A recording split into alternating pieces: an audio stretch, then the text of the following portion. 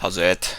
Today is Sunday, May 15th, and today was a deadlift day. It's the sort of last day of the first week, but I didn't know what Steve wanted me to do.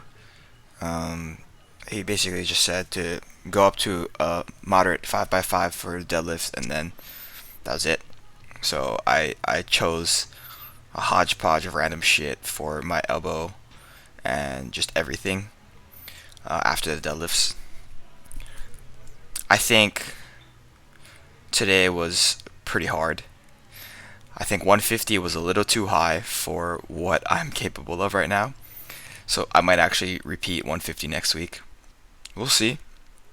It was just very challenging. I think the difference between a top set of five with a bunch of down sets is huge. Between five sets of five, like straight sets, that difference is very large because you're only going for that one top set, and you're only really trying like maximum effort for that one top set. But if you're doing five sets of five straight sets, then you have to really temper your expectations, especially on the first set, because the first set's always going to be the easiest, and then it's just going to continue to get harder. And that's what happened today. Here is my first set,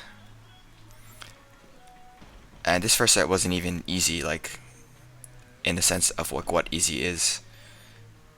Um, so I basically just struggled through the whole thing today.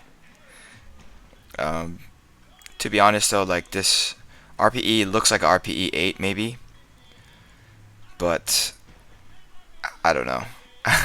It didn't feel like RPE 8 for all of it. Like even here, that first rep just sort of my technique just immediately falls apart. And once I put down that first set, I knew that I was in for a long day. Um, I didn't fail and I didn't give up, so I think overall, just the amount of work that I put in today was good. I don't know if it was necessarily beneficial, considering the level of difficulty that it was at. I think that if I had more consistent technique on the deadlift, especially pull from the ground, then I think that these reps would be a lot easier. Just because once it's off the ground, it moves pretty well. The only problem is wedging myself in to stay tight from the ground, and you know it's just hard. Um, Earlier when I was warming up, I did have my little voodoo floss thing around my elbow, and like I said yesterday, I do think it helps. I don't know to what degree it helps, but I do know that it feels warmer and a little bit better. Just stability. I don't know. Nah, stability is not the right word. It feels warmer and it feels more primed to go through ranges of motion. And so when I do it, it just I think it's going to become a normal training tool that I use as part of a warm up for everything that I do, even like back squat. I have ran into a lot of issues with back squat for my elbow, specifically because I have to do my best to shove the elbows under the bar. Um, so yeah, I put it on again here, and I put it on a couple more times later in the workout. But just a bunch of random shit that I was doing today. Just dumbbell bench press, barbell Bulgarian split squats. I think did eccentric dips, and then back extensions.